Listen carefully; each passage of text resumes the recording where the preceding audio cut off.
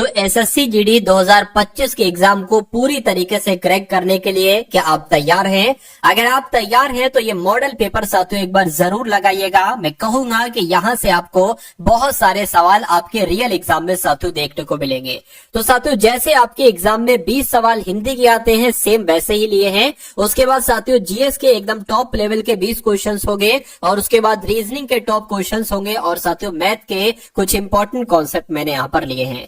तो इन सभी सवालों को देखिएगा साथियों और चेक करिएगा कि आपका स्कोर कितना है। 20 सवाल जो कि हिंदी के साथियों होंगे। चलिए तो पहला सवाल आपके स्क्रीन पर है, कह रहे कि दिए गए वाक्य का वो भाग याद कीजिए जिसमें कोई त्रुटि है। अगर कोई त्रुटि नहीं है तो साथियों कोई त्रुटि नहीं वाले ऑप्शन को आपको चुनना है। देखिए उसने कपड़े सीने में दक्ष है, ये थोड़ी ना होना चाहिए। यहाँ पर होना चाहिए वह कपड़े सीने में दक्ष है। तो दिक्कत कहां पर है? दिक्कत साथियों यहाँ पर है, यहाँ पर है। तो ये आपका राइट आंसर हो जाएगा। उसके बाद देखिए साथियों पक्षी का आपको बताना है समानार्थी शब्द क्या होता है। तो पक्षी को कुकू थोड़ी ना कहते साथियों, पक्षी को पखेरु कहा जाता है। तो इस प्रकार जिन्होंने भी यहाँ पर ऑप्शन नंबर बी का चयन किया है मैं कहूंगा बिल्कुल सही किया है। अगला देखिए साथियों कह रहे कि रश्मि किसका पर्यायवाची है? रश्मि क्या स्त्री का पर्यायवाची है? नहीं। क्या बिजली का पर्यायवाची? नहीं साथियों। किरण का पर्यायवाची? क्या रश्मि साथियों किरण का पर्यायवाची है? ये आपको याद रखना है। अगला सवाल देखिए कह रहे कि सही वर्तनी वाले शब्द का साथियों चयन कीजिए, यानी कि आपको ये बताना है कि कवित्री कैसे लिखा जाता है। जैसे ये नीचे तीनों लिखे सारे गलत हैं, केवल कौन सा सही है साथियों? कवित्री कैसे लिखा जाता है जैसे ऑप्शन नंबर ए में लिखा हुआ है। अगला सवाल देखिए यानी कि दिए गए वाक्य के किस भाग में त्रुटि है? मुझे इस आदमी का पता मालूम नहीं है। आपको बताना है साथियों दिक्कत कहां पर आपको लग रही है, बताइए। मुझे इस आदमी का पता, ठीक है, मालूम नहीं। अब देखिए मालूम ऐसे थोड़ी ना लिखा जाता है। मालूम में ला में बड़े ऊ की मात्रा आती है। तो दिक्कत कहां पर है? दिक्कत साथियों यहाँ पर है, यानी कि त्रुटि यहाँ पर है और यही आपका बिल्कुल सही जवाब हो जाएगा। अगला देखिए आपसे पूछा जा रहा है कि विलोम बता दीजिए किस शब्द का। यहाँ पर जो जटिल शब्द आया ना साथियों, जटिल शब्द, इसका आपको विलोम बता देना है। तो जटिल का साथियों विलोम एक तरीके से क्या हो जाएगा? सरल हो जाएगा। क्या हो जाएगा? सरल हो जाएगा।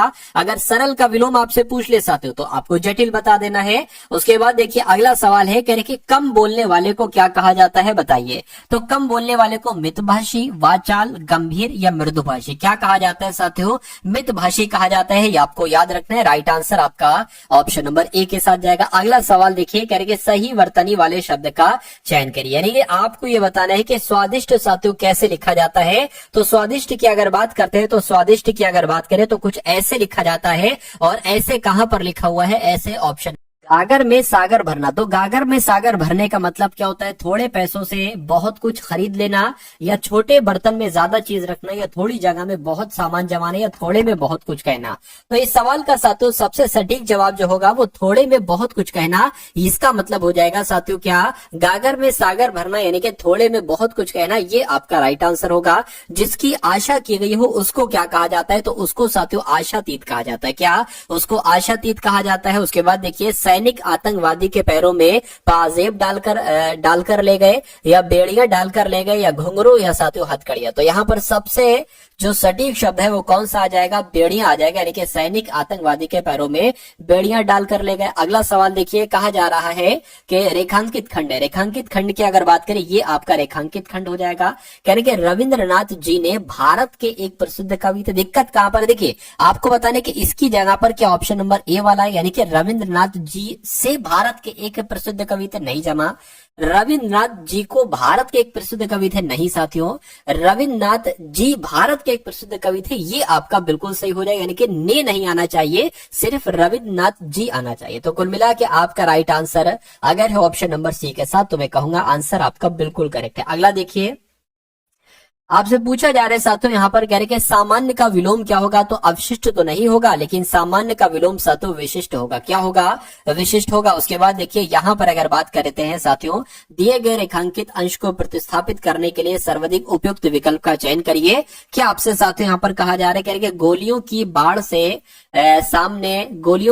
से सामने कोई न टिक सका। तो बाढ़ की जगह पर बौछार आएगा, चोट आएगा, मार आएगा, या आहट आएगा। तो मैं कहूंगा गोलियों की बौछार के सामने कोई ना टिक पड़ा, ये होना चाहिए। तो कुल मिला के राइट आंसर ए हो जाता है। उसके बाद देखिए अगला सवाल है, कह रहे कि इसमें अगर बात करें तो पूछा जा रहा है कहां पर त्रुटि है? इसमें समस्त प्राणी मात्र का कल्याण निहित है, ये आपसे कुल मिला के पूछा जा रहा है। अब देखिए यहाँ पर अगर बात करते हैं ना साथियों, तो यहाँ पर दिक्कत आपको कहां पर लग रही है जरा मुझे बताइए। देखिए समस्त प्राणी मात्र यहाँ पर नहीं होना चाहिए था, यही दिक्कत लग रही है, और दिक्कत लग रही है तो यही आपका राइट आंसर हो जाएगा। उसके बाद देखिए सूर्योदय के पहले, ठीक है, सूर्योदय के पहले के समय को साथियों क्या कहा जाता है, यानी कि एक शब्द में आपको बताना है इसको क्या कहा जाता है। पूर्वाहन कहा जाता है, नहीं उषा काल कहा जाता है। क्या साथियों, सूर्योदय के पहले के समय को क्या कहा जाता है, उषा काल कहा जाता है। राइट आंसर आपका जाएगा बी के साथ। अगला सवाल देखिए, कह रहे कि अर्जुन के सामने एक ही ध्येय था, मछली की आंख, या एक ही मंतव्य था, या लक्ष्य था, या साथियों उद्देश्य था। खाली जगह में साथियों क्या आना चाहिए, मैं कहूंगा लक्ष्य आना चाहिए, यानी कि अर्जुन के सामने एक ही लक्ष्य था, मछली की आंख। तो आंसर जिनका ऑप्शन नंबर सी के साथ है बिल्कुल करेक्ट है। अगला सवाल की अगर बात करते हैं, करके मेज पर रखी हुई पुस्तक उसका नहीं है। अब यह उसका होना चाहिए, उसकी नहीं होना चाहिए, उसके नहीं होना चाहिए। तो मैं कहूंगा यहाँ पर जो आना चाहिए वो उसकी नहीं है, ये आना चाहिए। तो कुल मिला के पूरा वाक्य आपका जो बनेगा, मेज पर रखी हुई पुस्तक उसकी नहीं है, ये होना चाहिए। अगला सवाल देखिए, करके भेड़ बना लेना।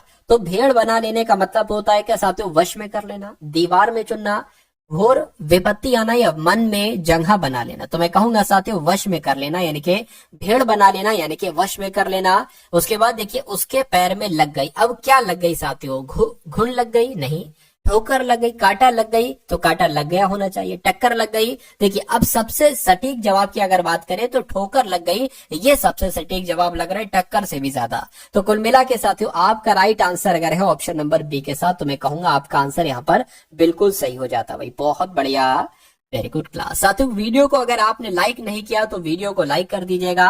अगर चैनल पर साथियों नए हैं और इस बार एसएससी जीडी में सिलेक्शन लेना चाहते हैं तो चैनल को तुरंत सब्सक्राइब कर दीजिए। समझ लीजिए सब्सक्राइब करने से ही आपका आधा सिलेक्शन हो जाएगा, फिर बाकी आपको पढ़ना है।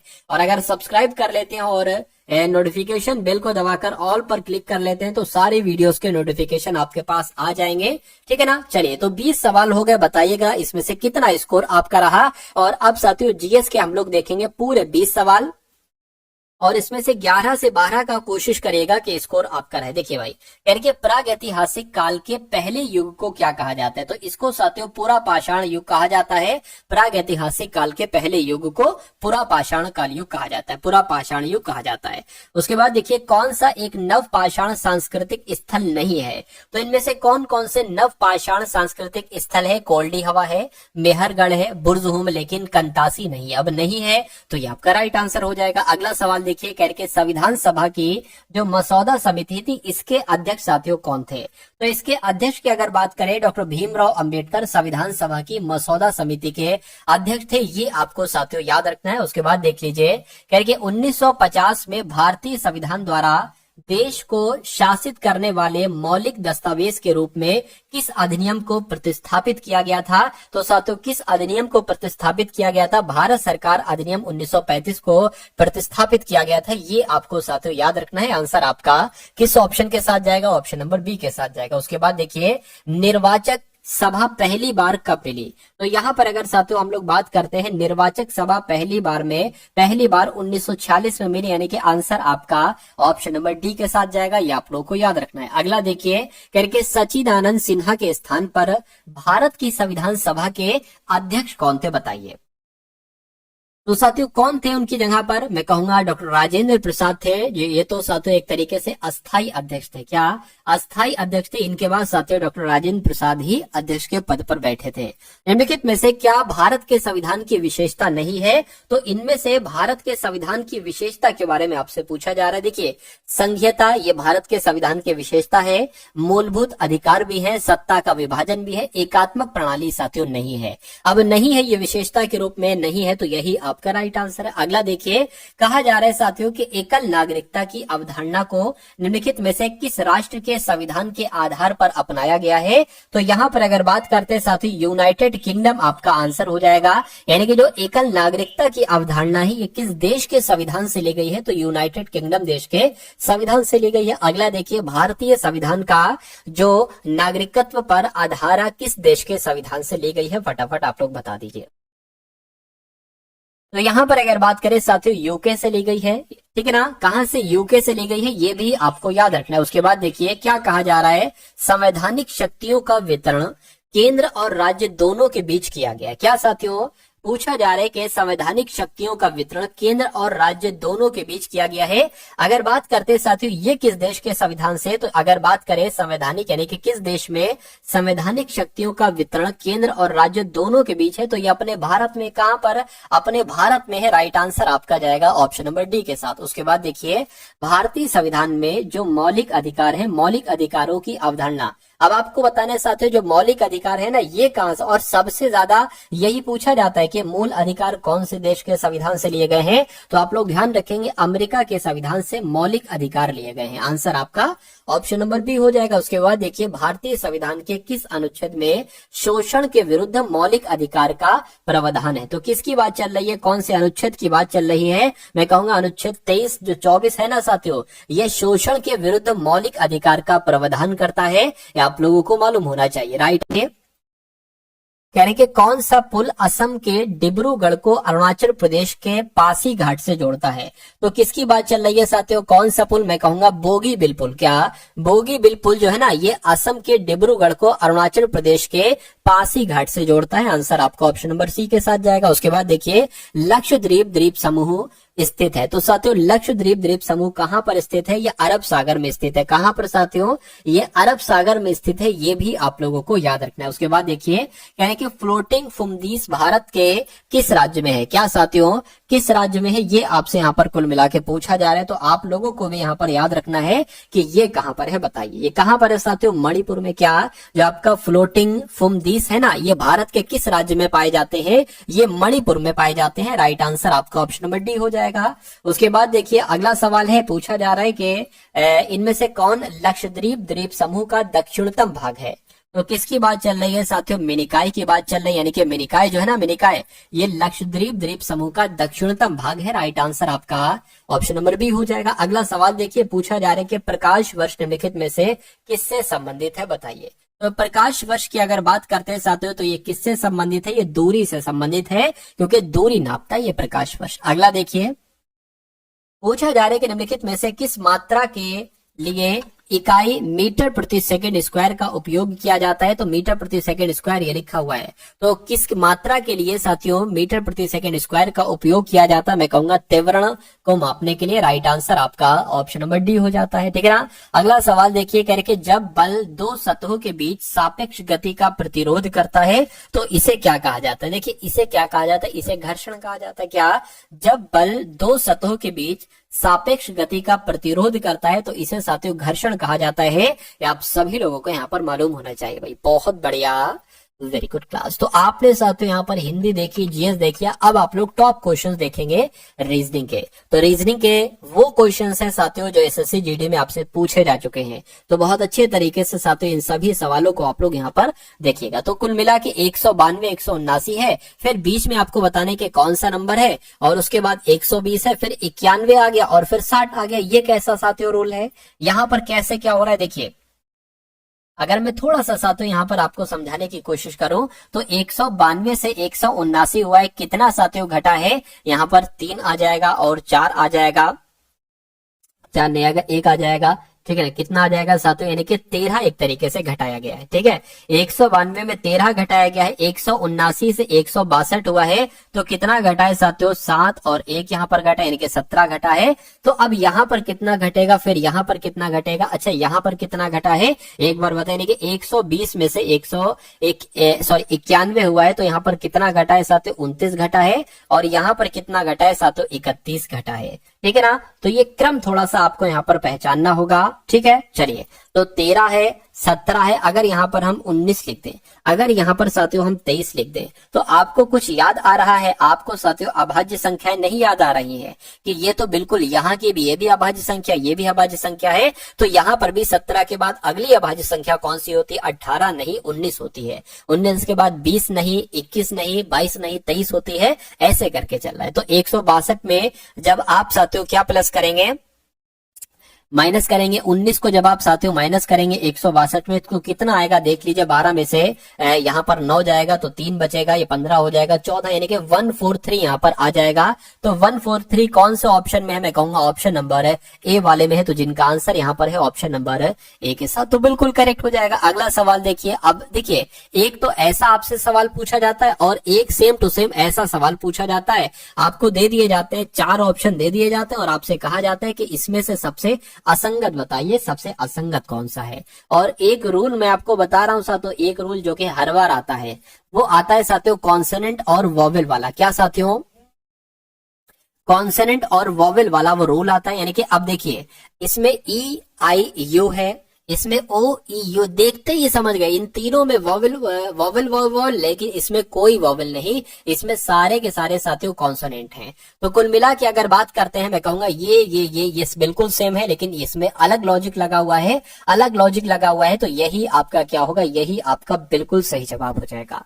अब उसके बाद देखिए अगला सवाल है, ये भी कॉन्सेप्ट क्या पूछा जाता है एग्जाम में? मैं कहूंगा बिल्कुल ये भी कॉन्सेप्ट आपके एग्जाम में पूछा जाता है। चलिए तो इसको भी हल कर देते हैं। कह रहे कि डब्ल्यू खाली जगह एटी खाली जगह डब्ल्यू एक्स, फिर 2 बार खाली जगह है, फिर क्यू है, 2 बार खाली जगह है, ए टी क्यू है। आपको बताना है खाली जगह में कौन कौन से साथियों लेटर्स आएंगे। इस सवाल का मैं आपको एक ही तरीका बताता हूं। पहला स्टेप आपको करना है, इन सभी को काउंट करिए जरा।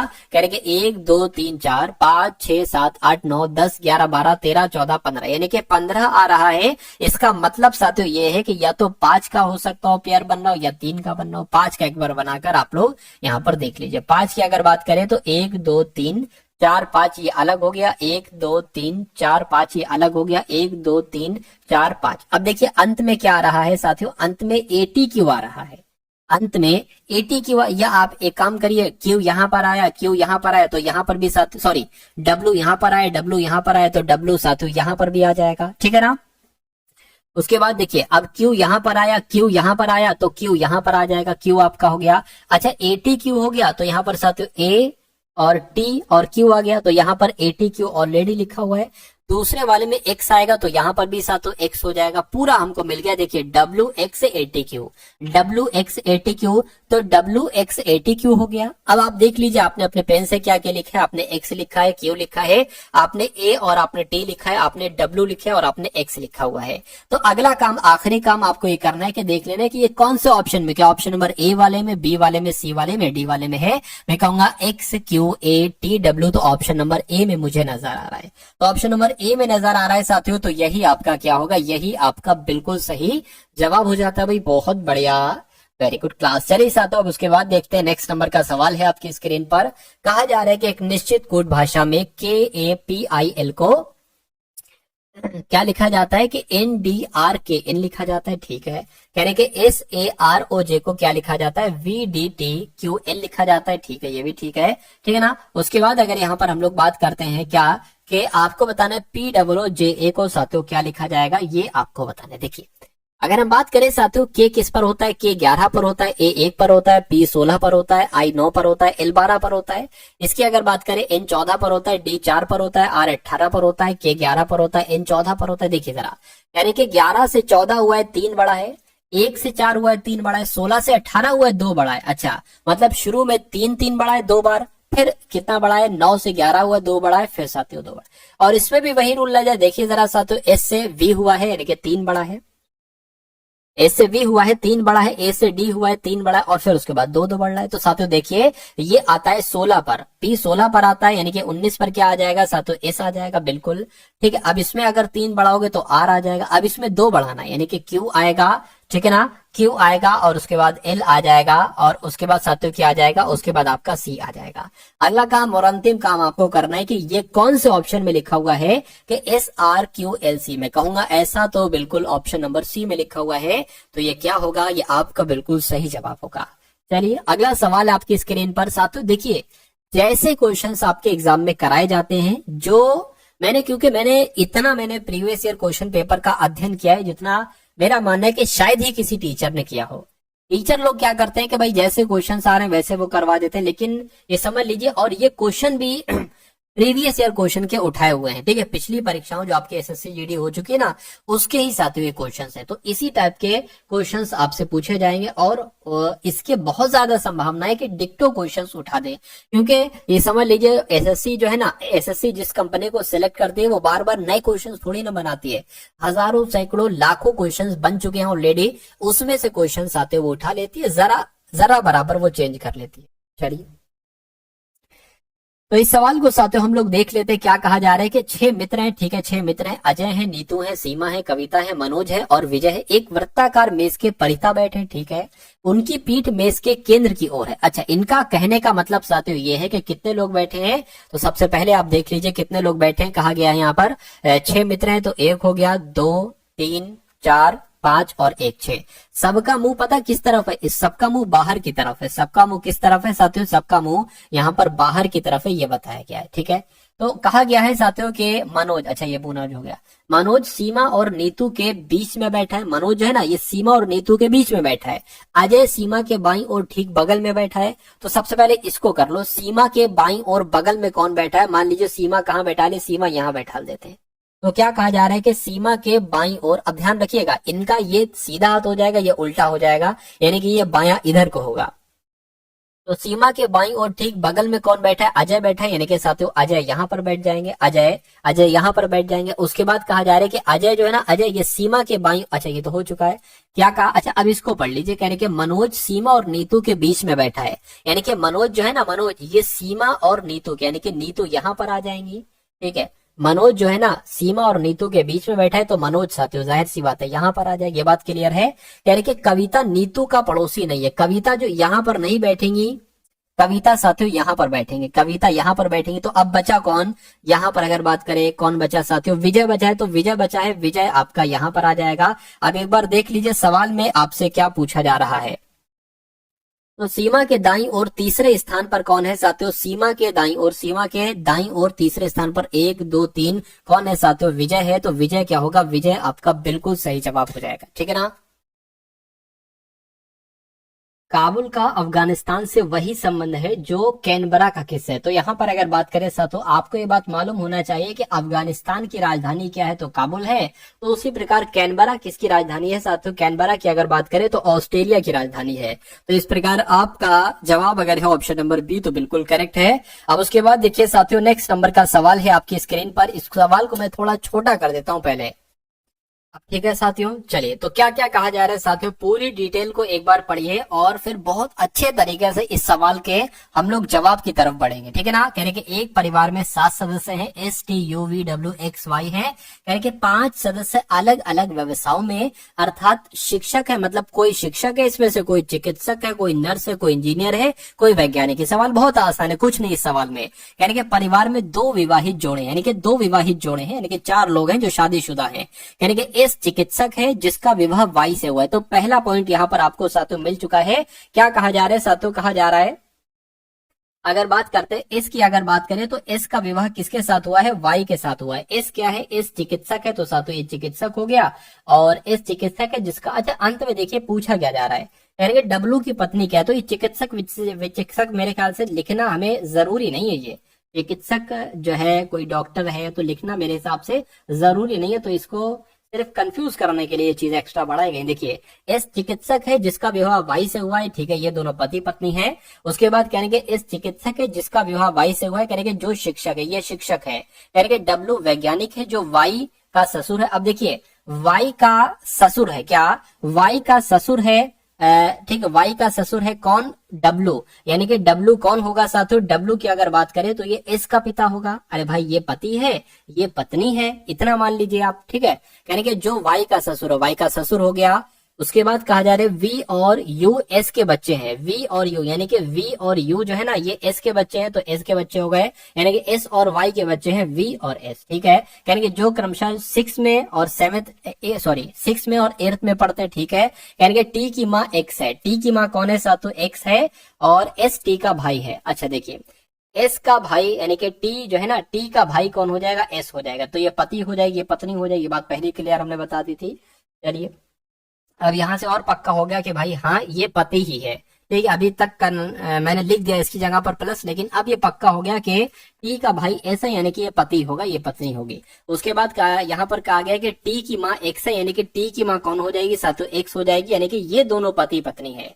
टी की माँ, ठीक है, टी के माँ एक्स है, ये पत्नी है, ये पति हो जाएगा। उसके बाद कहा जा रहा है कि एस टी का भाई है और टी इंजीनियर है, ठीक है, टी इंजीनियर करेंगे। डब्लू की पत्नी कौन है, तो डब्लू की पत्नी कौन है, अभी मैंने आपको बताया एक्स है, तो डब्लू की पत्नी कौन है, साथ एक्स है, और एक्स कौन से ऑप्शन में है, तो ऑप्शन नंबर ए वाले में है आंसर, जिनका ऑप्शन नंबर ए के साथ है बिल्कुल करेक्ट हो जाता भाई। बहुत बढ़िया, वेरी गुड क्लास। चलिए साथियों, अब इस सवाल को देख लीजिए आप लोग और बता दीजिए कि आपका राइट आंसर यहाँ पर साथियों क्या हो सकता है।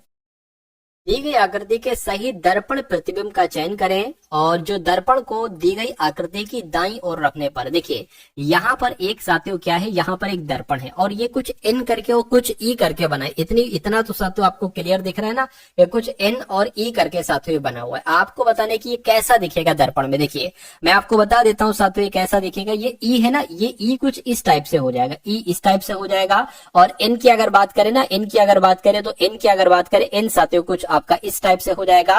तो ऐसा कौन से ऑप्शन में, यहां पर नहीं, यहां पर नहीं, यहां पर है क्या, यहां पर भी नहीं है साथियों, यहां पर है, तो आपका right answer option number D हो जाएगा। अगला सवाल देखिए, कह रहे कि एक ही पासे की 3 अलग अलग स्थितियां दर्शाई गई हैं जिसके 6 फलकों पर यानी कि 1 से 6 तक अंक दिए गए। बात बिल्कुल सही है। कह रहे कि उस संख्या का चयन कीजिए जो 3 वाले फलक के विपरीत है, तो 3 का विपरीत आपको बताना है, ठीक है ना।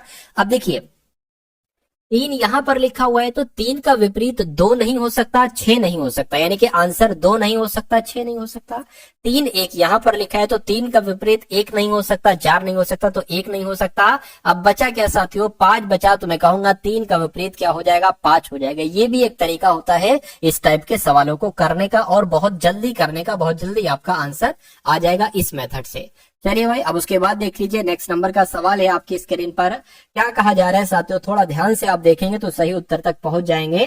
कहने के 48 को यहाँ पर 32 लिखा गया है, उसके बाद साथियों 73 को आपको बताना है क्या लिखा जाएगा, और उसी प्रकार यहाँ पर साथियों 25 को क्या लिखा गया है, 10 लिखा गया है, तो आपको यहाँ पर बताना है। चलिए देखिए, अगर यहाँ पर हम साथियों माइनस करते हैं तो यहाँ पर 16 माइनस होता है, लेकिन यहाँ पर तो साथियों कितना माइनस हो रहा है, 10 ही माइनस हो रहा है, तो ये लॉजिक हमारा नहीं लगेगा। लॉजिक इसका मतलब कुछ और है। चलिए क्या है देख लेते हैं।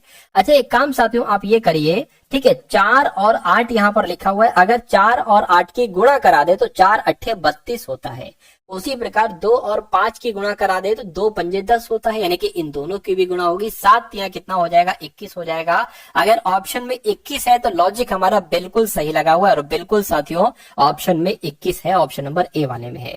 तो अब यहाँ पर साथियों आपके मैथ के क्वेश्चन शुरू हो चुके हैं, ठीक है ना। तो कुछ क्वेश्चन देखेंगे, बहुत ज्यादा नहीं, कुछ क्वेश्चन देखेंगे, लेकिन सबसे दमदार क्वेश्चन होंगे। देखिए यानी कि ए और बी एक साथ काम करके किसी कार्य को 30 दिन में करते हैं, यानी कि ए और बी अगर दोनों एक साथ मिलकर काम करते हैं तो 30 दिन में करते हैं। ए अकेले उस काम को 50 दिन में करता है, ए अकेले उस काम को 50 दिन में करता है करके बी अकेले अगर उस काम को करता है तो कितने दिन में करेगा, इतनी सी बात आपसे पूछी जा रही है। अब एक ऐसा नंबर ले लीजिए जो कि 30 से कट जाए, 50 से कट जाए, मैं कहूंगा 150 नंबर होगा। 30 पंजे 150 और 50 तिया 150।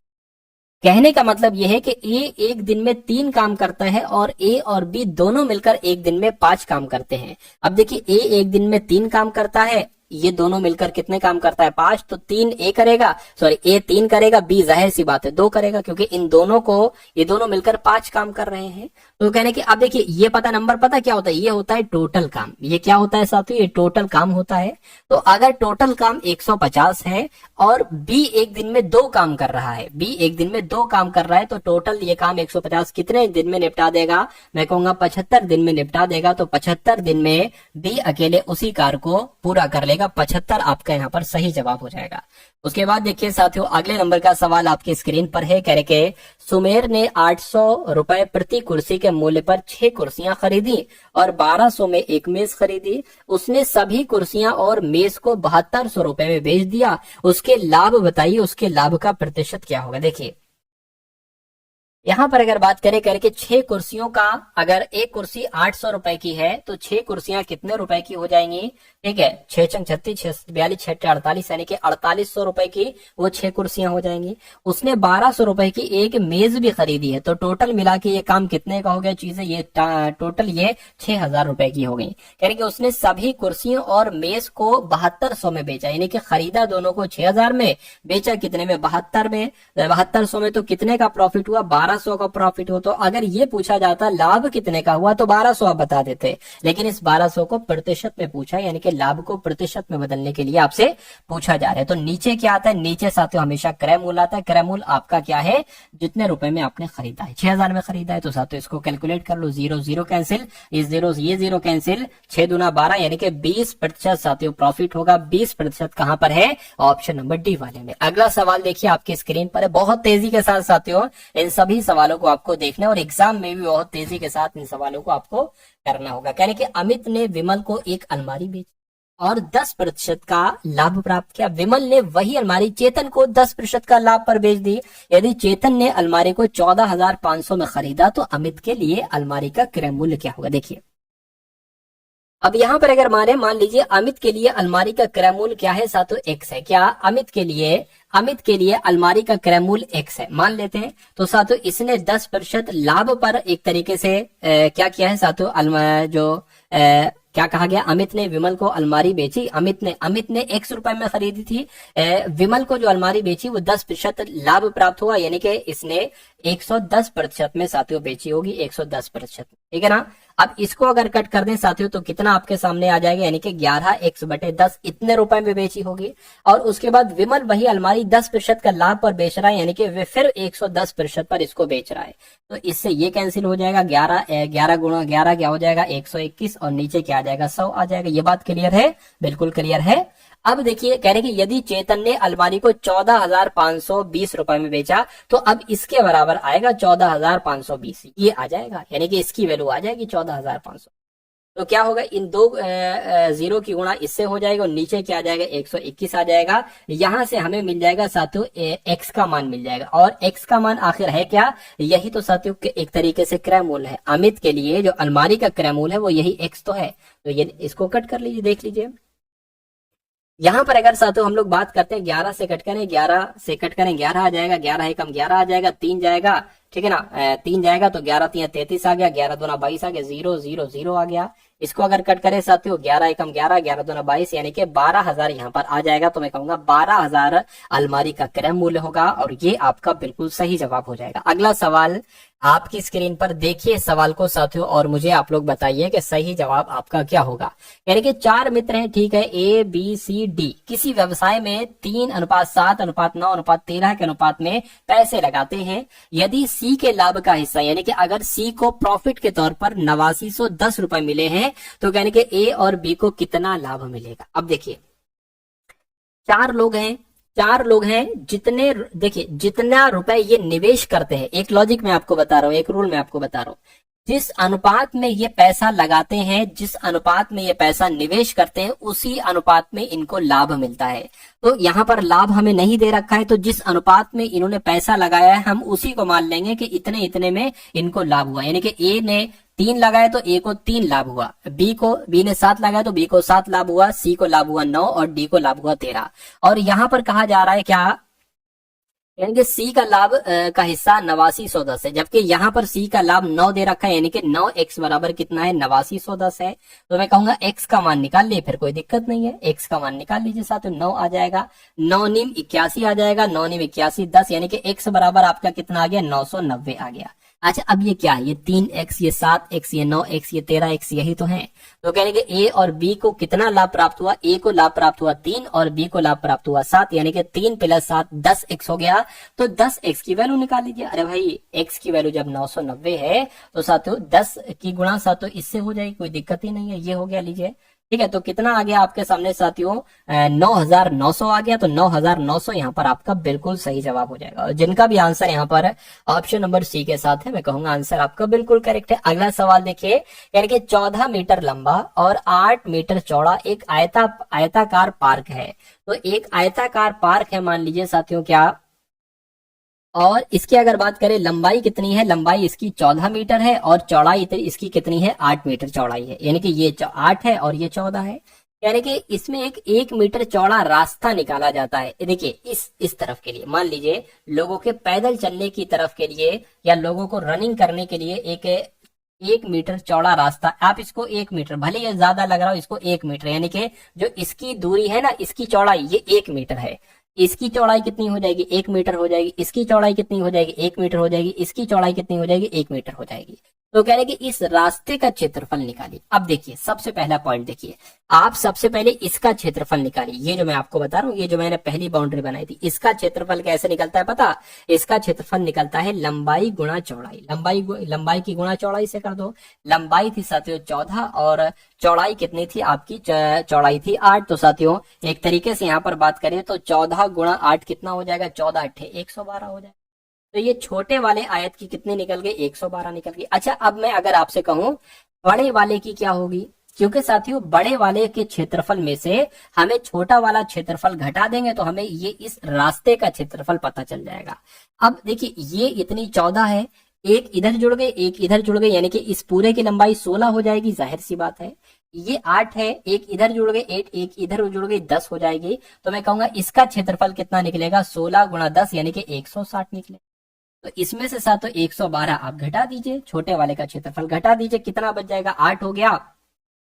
और यहाँ पर साथियों 48 हो जाएगा, यानी कि 48 मीटर स्क्वायर ये आपका क्या हो जाएगी? इस रास्ते का क्षेत्रफल हो जाएगा। यानी कि आंसर आपका अगर है ऑप्शन नंबर डी के साथ, तो मैं कहूंगा आंसर आपका बिल्कुल सही हो जाएगा। बहुत बढ़िया।